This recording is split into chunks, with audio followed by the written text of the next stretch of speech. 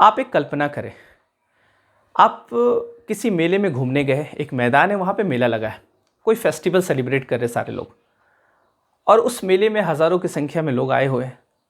बच्चे खेल रहे हैं, महिलाएं कुछ सामान वगैरह खरीद रही है, तो सारे लोग इन्जॉय कर रहे हैं, काफ़ी इन्जॉय कर रहे हैं, काफ़ी खुश हैं। और जब आप मेले के लिए निकल रहे हैं, आपके घर में आपके परिवार सभी लोग मतलब काफ़ी इन्जॉय कर रहे हैं, सोचे कि चलो आज मेला जाएंगे, मेला घूमने जाएंगे, बहुत मज़ा आएगा। मतलब चारों तरफ आप कह सकते हैं कि खुशियों का माहौल है।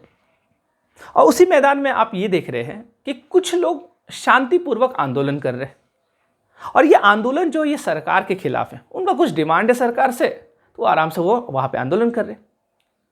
कुछ देर बाद आपने ये देखा कि वहाँ पे कुछ सरफिरे सैनिक आए हथियार लेके, और वो हज़ारों की संख्या में जो लोग हैं, आम लोग हैं जो सेलिब्रेट कर रहे हैं, उन पर गोली बरसाना शुरू कर दें। और तब तक गोली बरसाए जब तक उसका गोली ख़त्म ना हो जाए। क्या बच्चा, क्या महिला, सब पर गोली बरसाना शुरू कर दे।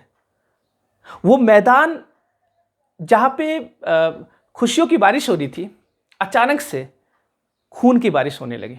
वो पूरा मैदान लाल रंग से रंग जाए। तो आप सोचिए, हम और आप ये सोच के ही हमारा रूह कांप जाता है। लेकिन ये कोई काल्पनिक घटना नहीं है, ये इतिहास है।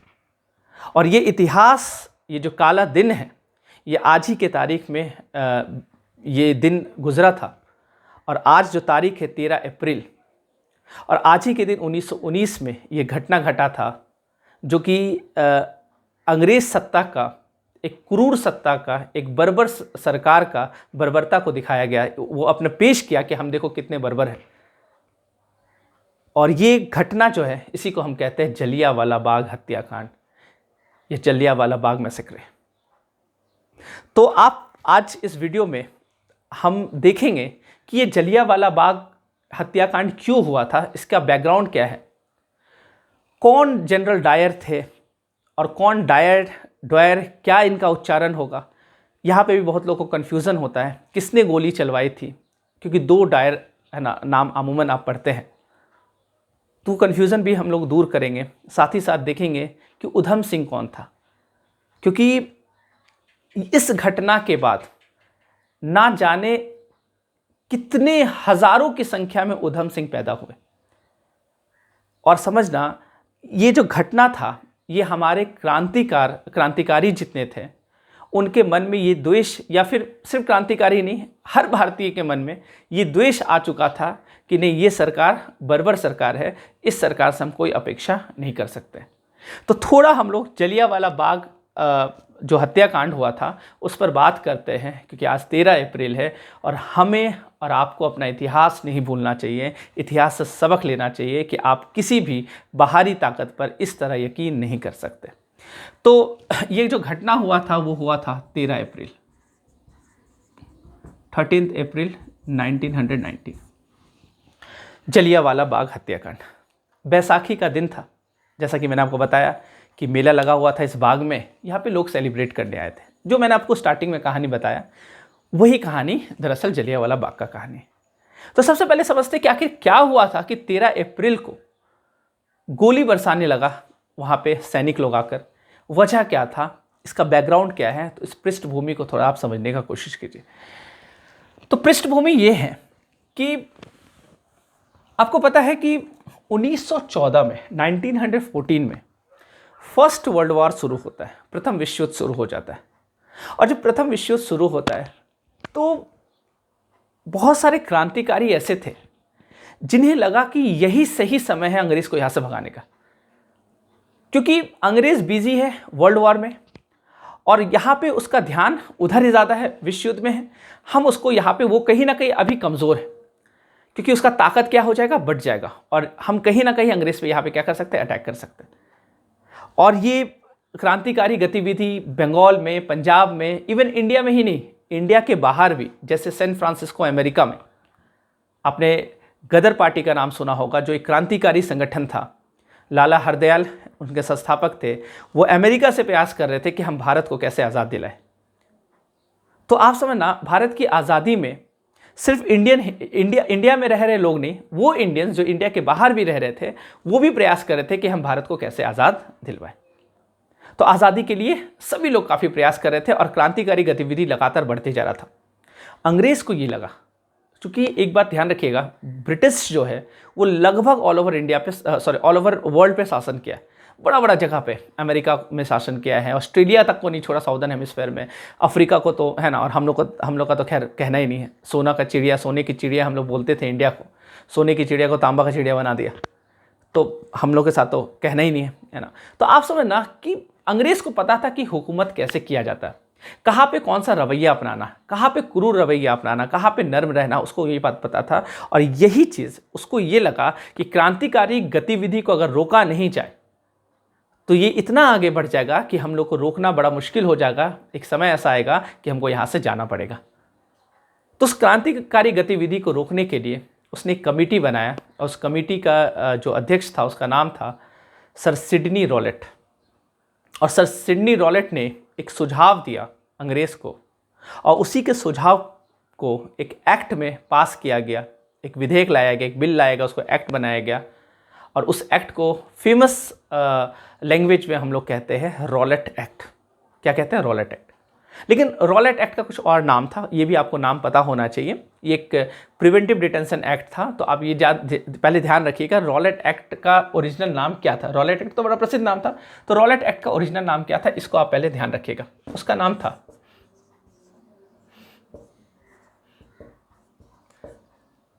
एनार्कियल एंड रिवॉल्यूशनरी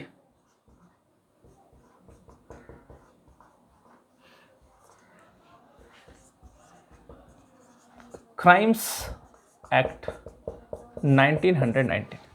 तो याद रखिएगा, ये एक्ट जो था, इसी एक्ट को हम लोग प्रसिद्ध भाषा में, जो प्रसिद्ध भाषा इसका निकला वो क्या, रॉलेट एक्ट। तो रॉलेट एक्ट, ठीक है। तो ये नाम भी आप ये ध्यान रखिएगा, एग्जाम पॉइंट ऑफ व्यू से भी ध्यान रखिएगा। कभी आपसे एग्जाम में पूछ सकता है कि रॉलेट एक्ट का ओरिजिनल नाम क्या था, इस एक्ट का नाम क्या था, ठीक है। अब देखिए ये एक्ट था क्या, ये एक्ट एक प्रिवेंटिव डिटेंशन एक्ट था। इसमें बोला गया कि आप दरअसल समझिएगा, इसका उद्देश्य क्या था। ब्रिटेन वाला हम लोग को नहीं बता रहा वो उद्देश्य, हम लोग को ये बताएगा कि नहीं, कुछ आतंकवादी गतिविधि हो रहा है, कुछ देशद्रोही गतिविधि चल रहा है, उसको रोकने के लिए हम ये एक्ट बनाए। लेकिन इसका असली वजह क्या था? असली वजह था कि वो आतंकवाद नहीं, वो क्रांतिकारी को रोकना चाहता था, है ना। और वो देशद्रोही नहीं, वो अंग्रेज द्रोह, है ना। आप समझना, अंग्रेज विरोधी जो थे उसको वो देशद्रोही समझता था। सरकार का विरोधी होना देश विरोधी थोड़ी होता है। तो आप समझना, तो ये अंग्रेज विरोधी थे ये लोग, तो इसको लगा कि नहीं ये देश विरोधी। तो आप समझना, तो ये लोग क्या कह रहे, ये एक्ट पास करवाया और इस एक्ट के तहत उसको कुचलने की कोशिश किया। और बहुत बहुत एकदम सच में ये काला कानून था। आप सुनिए इस एक्ट में क्या था। इस एक्ट में था कि कोई भी इंडियंस को आप केवल शक के आधार पर, यदि आपको शक है, उस शक के आधार पर आप उसको क्या कर सकते हैं, अरेस्ट कर सकते हैं। और अरेस्ट करके आप उसे 2 साल तक, ध्यान से सुनिएगा, कितना, 2 दिन नहीं, मैं बोल रहा हूँ 2 दिन नहीं बोल रहा हूँ, 2 दिन भी हिरासत में रहना आफत लगता है। 2 साल तक हिरासत में इसको रखा जाएगा और 2 साल तक कोई भी इस पर कोई कार्रवाई वारवाई नहीं होगा। मतलब 2 साल तक उस पर यह नहीं होगा कि इसको छोड़ दिया जाए बीच में, ऐसा कुछ नहीं। तो केवल संदेह, मैंने क्या बोला, उसका प्रूफ नहीं हुआ, केवल संदेह के आधार पर उसको 2 साल तक अरेस्ट करके रखा जाएगा हिरासत में। और इस 2 साल में ना ही वो कहीं कोई अपना वकील रख सकता है, ना ही वो अपना कोई दलील दे सकता है, ना ही कोई अपील कर सकता किसी हायर कोर्ट में। इसके पास वो कोई अधिकार नहीं होगा। और आप समझिएगा, इस एक्ट में इतना खतरनाक बात दिया गया है। अगर आप पढ़िएगा इस एक्ट को तो आपको पता चलेगा इतना खतरनाक बात दिया गया था। इसमें ये बताया गया था कि जो इंडिया में जो एविडेंस एक्ट बना है, जो हम लोग सबूत इकट्ठा करते हैं, उसके लिए जो एक्ट प्रावधान, जो नियम बना हुआ था कि किसको किसको सबूत में, है ना, किसको किसको एविडेंस में माना जाएगा, कोई अगर कोई क्राइम करता है या कुछ करता है, तो यहाँ पे इस एक्ट में वो एविडेंस भी काम नहीं करेगा। मतलब जो एविडेंस एक्ट बना हुआ है उसके इतर भी किसी व्यक्ति को अरेस्ट किया जा सकता। जैसे अगर नियम बनाए कि ये एविडेंस इकट्ठा होगा तभी आप किसी को अरेस्ट करेंगे, लेकिन इस एक्ट के तहत एविडेंस का कोई मतलब नहीं था यहाँ पे। तो आप समझना यहाँ पे होता ये है, इवन यहाँ पे आपको देखने को ये भी मिलेगा कि यदि आपके घर में कोई न्यूज़पेपर आ गया, अगर आपके घर में कोई न्यूज़पेपर है और उस न्यूज़पेपर में कोई देश विरोधी या अंग्रेज विरोधी कोई बात लिखा गया है, तो अंग्रेज अगर आपके घर से वो न्यूज़पेपर निकला तो आपको भी अरेस्ट कर लेगा, और अरेस्ट करेगा तो कितने दिन रखेगा? 2 साल तक। 2 साल बाद पता चलेगा नहीं ये तो बेचारे साधारण व्यक्ति था, ये तो अपना चुपचाप जाता था, ठेला से सामान लेके जाता था, या रिक्शा चलाता था, या फिर सब्जी बेचता था, मतलब एकदम साधारण व्यक्ति है, ये अपना कैसे भी जीवन यापन करता था या मजदूरी करता था। 2 साल बाद जब पता चलेगा जो डेली कमाने और खाने वाला व्यक्ति है, तो सोचिए उसके साथ क्या होगा, कैसा उसका परिवार पूरा ध्वस्त हो जाएगा 2 साल तक। तो ये केवल अब पता चले कि आप कोई न्यूज़पेपर है उसमें झालमुड़ी खा रहे हैं, पेपर में आप क्या करें है ना, उसको बना लिए, झालमुड़ी रखने वाला जैसा होता है कटोरी टाइप का, और उसमें झालमुड़ी खा रहे हैं।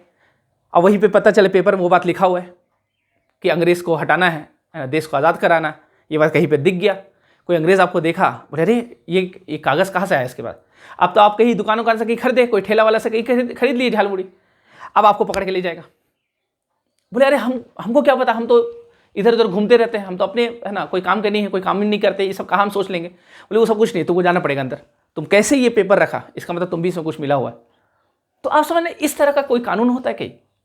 तो इस कानून का विरोध किया गया, इस कानून का विरोध किया गया, और महात्मा गांधी ने इसके विरोध में एक सत्याग्रह चलाए, इसको बोलते हैं रॉलेट सत्याग्रह। और रॉलेट सत्याग्रह जो चला था वो तारीख था 6 अप्रैल का। 6 अप्रैल में हम लोग रॉलेट एक्ट के विरोध में ये सत्याग्रह चला है, रॉलेट सत्याग्रह। और यहाँ पे ऑल इंडिया स्ट्राइक किया गया, और एक बहुत बड़ा मास मूवमेंट था ये। पंजाब में इस मूवमेंट को, इस सत्याग्रह को लीड कर रहे थे डॉक्टर सैफुद्दीन किचलू और डॉक्टर सत्यपाल मलिक। तो सैफुद्दीन किचलू साहब और सत्यपाल मलिक, ये 2 व्यक्ति जो थे वो पंजाब में इसको क्या कर रहे थे, लीड कर रहे थे।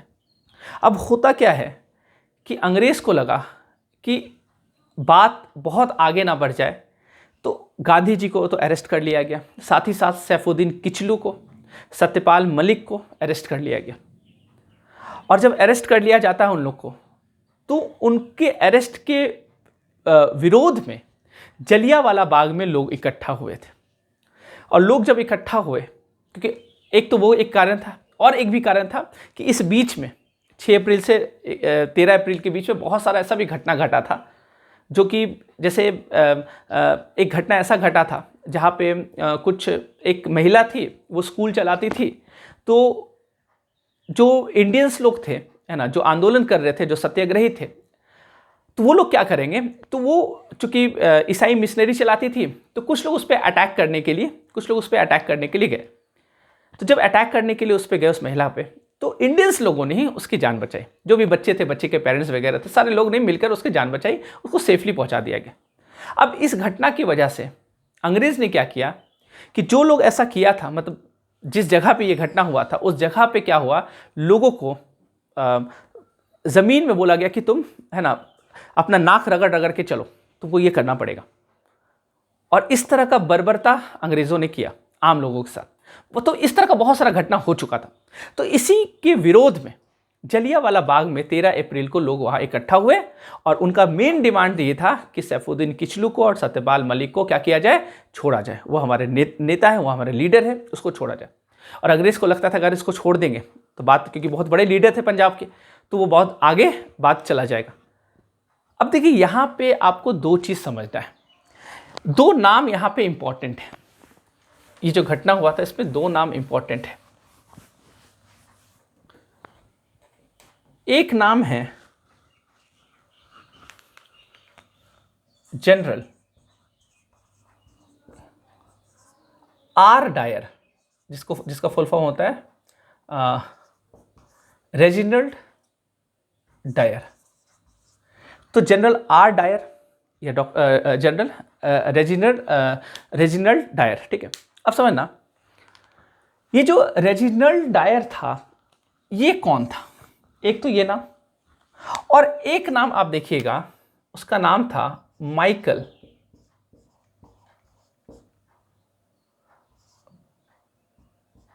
अब देखिए यहां पे बहुत लोग कंफ्यूज होते हैं, एक जनरल आर डायर था, एक माइकल, इसका नाम था ओडवेयर, माइकल ओडवेयर, ठीक है। ओ डायर नहीं इसको बोलेंगे, ओडवेयर बोलेंगे इसको, है ना, माइकल ओडवेयर, ठीक है। तो इसको हम लोग, चूंकि अब ऐसा भाषा है तो हम लोग ओ डायर डायर डायर बोल देते थे, तो दोनों को डायर ही हम लोग बोल देते थे, ठीक है। तो जनरल आर डायर, अब उतना नाम कहा, रेजिनल्ड डायर ऐसे, है ना, तो आर डायर, और ये ओ डायर, है ना, तो ओ डायर बोलते थे। इसका नाम क्या, ओडियर, है ना, ओडियर, ठीक है, ओडियर इसको बोलेंगे, तो माइकल ओडियर। तो माइकल ओडियर और जनरल आर डायर, ये दो व्यक्ति आपके लिए, ये जलियांवाला बाग इसके बिना अधूरा है। ये दोनों बड़ा क्या बोले, जो भी आप बोलना चाहते बोल सकते हैं, गाली उली देना चाहते दे सकते हैं। चलिए, तो ये कौन था, ये जो था यही था जो वहां पे अंधाधुंध गोली चलवाया था, इसी के ऑर्डर पर गोली चलाया गया था।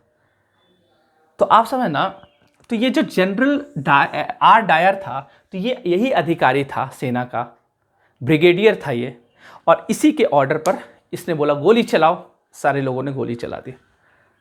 तो फिर ये माइकल ओडवायर कौन था, तो याद रखिएगा, ये उस समय पंजाब का लेफ्टिनेंट गवर्नर था। ये पंजाब का कौन था, लेफ्टिनेंट गवर्नर था। और कहीं ना कहीं ये जितना गतिविधि हो रहा था, और जो जनरल आर डायर के पास इतना हिम्मत कहाँ से आया कि ये गोली बोला चलवा दो, तो हिम्मत आया यहाँ से। तो कहीं ना कहीं इसी के इशारे पे काम हो रहा था सारा। तो जलियांवाला बाग में ये उपस्थित वहां नहीं था, उपस्थित वहां पे कौन था, आर डायर ही था। तो आप ध्यान रखना, माइकल ओ डायर ये मास्टरमाइंड था, है ना, आप इसको कह सकते हैं, ये क्या था, मास्टरमाइंड था। क्लियर।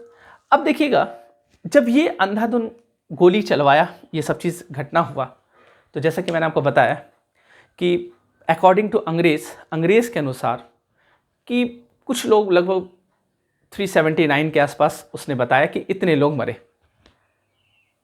सरकार हमेशा कम आंकड़ा ही देता है, लेकिन वहाँ पे हज़ारों की संख्या में लोगों की जाने गई, वहाँ पे हत्या किया गया हज़ारों की संख्या में। तो एक ये बड़ा बर्बर वाला जर्जर स्थिति था, बर्बर स्थिति था, एक क्रूर सत्ता का एक क्या था, यहाँ पे एक एग्जाम्पल था कि देखो हम यहाँ पे शासन करने आए हैं, और शासन हम कोई लिबरल रह के नहीं करेंगे, हम क्रूरता के साथ शासन करेंगे, ये इसका एग्जाम्पल था। लेकिन जैसा कि मैंने आपको स्टार्टिंग में बताया, किस घटना के बाद ना जाने कितने उधम सिंह पैदा हुए। अब ये उधम सिंह कौन थे, तो उधम सिंह कौन थे, तो उधम सिंह बहुत बड़े एक क्रांतिकारी थे। बहुत सारे क्रांतिकारी हैं जिसे हम लोग भूल गए हैं, जिसे हम लोग, जिनका नाम हम लोग याद नहीं रख पाते हैं, या फिर उनका कोई जयंती होता है या पुण्यतिथि होता है, बस उनमें माला वाला चढ़ा देते हैं। लेकिन सही मायने में वो क्या थे, आप समझ सकते हैं कितना सोच उन लोग का, मतलब उन लोग को ना अपना जान का कोई फिक्र नहीं था। उन लोग का बस एक ही उद्देश्य था कि इसको कैसे भी भगाना है और भारत को कैसे भी आज़ादी दिलवाना है। तो आप समझ सकते हैं क्या उन लोग का सोच रहा होगा। और जब हम लोग अपने भारत को आज गंदा करते हैं, जब हम अपने भारत में ही करप्शन फैलाते हैं, घूस लेते हैं, अपने देश को ही गंदा करते हैं, तो सोचिए कि उनकी आत्मा कितनी रोती होगी। उनको लगता होगा कि क्या यही भारत के लिए, यही दिन देखने के लिए हम भारत को आज़ाद दिलाए। तो खैर, तो उधम सिंह एक वीर पुत्र थे अपने देश के, इस मिट्टी के एक वीर पुत्र थे। स्टार्टिंग में उधम सिंह का कहानी है कि बहुत कम उम्र में इनकी माता का साथ छूट गया, बहुत छोटे थे वो। इनके पिता का साथ छूट गया। उधम सिंह जो थे, इनका बचपन का नाम था शेर सिंह, है ना, शेर सिंह इनको बोला जाता था। फिर उसके बाद बहुत कम उम्र में फिर ये अनाथालय में चले गए। वहाँ पे अनाथालय में वहीं पे उनका नाम उधम सिंह पड़ा, और वहाँ से वो फिर धीरे धीरे, है ना, वो फर्स्ट वर्ल्ड वॉर के टाइम में ब्रिटिश सैनिक में भर्ती हुए। और ब्रिटिश सैनिक में इसलिए भर्ती हुए क्योंकि ब्रिटिशियर ने ये वादा किया था इंडियंस लोगों के साथ कि जो हम लोग का साथ देगा, जो सैनिक में भर्ती होगा, सेना में भर्ती होगा, उसको ज़मीन दिया जाएगा और पैसा, अच्छा खासा पैसा दिया जाएगा। लेकिन उधम सिंह के पास ना अच्छा पैसा आया, ना इनके पास ज़मीन आया। उनको लगा कि ये तो बड़ा धोखेबाज अंग्रेज़ है। और जब 1919 का जलियांवाला घटना हुआ, तो उधम सिंह का एकदम आँख खुल गया। उधम सिंह को लगा कि नहीं, ये लोग सही इंसान नहीं है। इन लोग के साथ अत्याचार, जिस तरह से ये अत्याचार करता है, इन के साथ भी ऐसा ही होना चाहिए। आगे चलकर फिर ये क्रांतिकारी गतिविधि में बहुत तेज़ी से संलग्न हुए, काम किए, इसके लिए बहुत सारा काम किए। जेल में इनका मुलाकात भगत सिंह के साथ हुआ और भगत सिंह को इन्होंने अपना गुरु मान लिया। वो रोल मॉडल हो गए भगत सिंह इनके, उधम सिंह के। और भगत सिंह को वो गुरु करके पुकारने लगे कि मेरे गुरु है ये। और कहीं ना कहीं भगत सिंह का प्रेरणा था, मैंने आपको बताया भी था, भगत सिंह के क्लास में मैंने पढ़ाया आपको भगत सिंह, कि भगत सिंह का कहना था कि एक भगत सिंह को तुम मारोगे तो हर घर से भगत सिंह निकलेगा, और हर माँ का ये सपना होगा कि मेरा बच्चा भगत सिंह जैसा बने। और उधम सिंह भी इसका एक क्या है, उदाहरण है। उधम सिंह का मैंने इतना नाम क्यों लिया, समझिएगा। आपको मैंने एक तारीख बताया 13 अप्रैल 1919। एक तारीख है 13 मार्च, तारीख वही है ना, तारीख वही है, 13 है, यहाँ पे भी 13 है। 13 अप्रैल है लेकिन यहाँ पे 13 मार्च। ये 1919 का घटना हुआ था जलियांवाला बाग, ये घटना होगा 1940 का, ठीक है, 13 मार्च 1940। और 13 मार्च 1940 ये वो दिन है जब जलियांवाला बाग के जो हत्यारे थे उनसे बदला लिया गया। और ये बदला लेने वाले जो व्यक्ति थे, जो वीर थे, जो इस मिट्टी के वीर पुत्र थे, उनका नाम था उधम सिंह।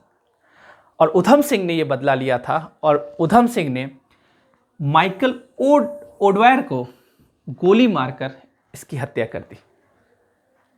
जैसे को तैसा, इसी जन्म में कर्म का फल इसको मिल गया। तुम्हारा जैसा कर्म था उसी तरह तुमको फल मिला। तुम ये सोचा भी नहीं होगा कि कोई 20-21 साल बाद कोई हमको मारेगा, वो भी उस घटना जो 20 साल हो गया उस घटना का, इतने वर्ष बाद कोई हमको मारेगा, ये सोचा भी नहीं था। और इसके, जिसको बोलते हैं घर में घुस के मारना, तो घर में घुस के मारा गया, इंग्लैंड जाकर मारा गया। और उधम सिंह इंडिया में नहीं मारे, इंग्लैंड गए। ये एक सभा कर रहा था, काफ़ी लोग वहाँ पे, और उसी लोगों के बीच में जैसे इसने इसके ऑर्डर पर गोली चला, इसने ही जनरल आर डायर को, है ना, कहीं ना कहीं ये दिया, प्रोत्साहन दिया कि तुमको जो करना करो। क्योंकि ओडवायर जो है, ये आगे चलकर इसकी तारीफ भी किया था, बोला कि ये बहुत अच्छा कदम, बहुत वीरता वाला कदम उठाया था। तो सोच सकते ये कायर लोग था, है ना, ये बोलता है कि ये वीर वाला कदम उठाया था। इसको क्या पता वीरता क्या होता है। वीरता तो हमारे उधम सिंह दिखाए थे कि तुम्हारे घर में घुस के, तुम्हारे लोगों के बीच में। अब कोई शेर, बोलते हैं ना, शेर अकेला चलता है, अकेले चले थे। कोई नहीं कि 5000 का सैनिक कहीं से इकट्ठा करके ले आए थे इसको मारने के लिए, अकेले। और उसी के घर में उतने लोगों के बीच में गोली इसको, है ना, एकदम यहीं पे गोली मारे। और वो गोली मारकर उधम सिंह ने ये जलियांवाला बाग का हज़ारों की संख्या में जो लोगों की जाने गई, बच्चों की जाने गई, महिलाओं की जाने गई, उस सभी का बदला उधम सिंह ने लिया 1940 में। उधम सिंह को अरेस्ट कर लिया गया और अंग्रेज़ को लगा कि इसको जल्दी से जल्दी फांसी पे चढ़ा देना चाहिए। जब उधम सिंह से नाम पूछा गया तो उन्होंने बताया कि मेरा नाम है राम मोहम्मद सिंह आज़ाद।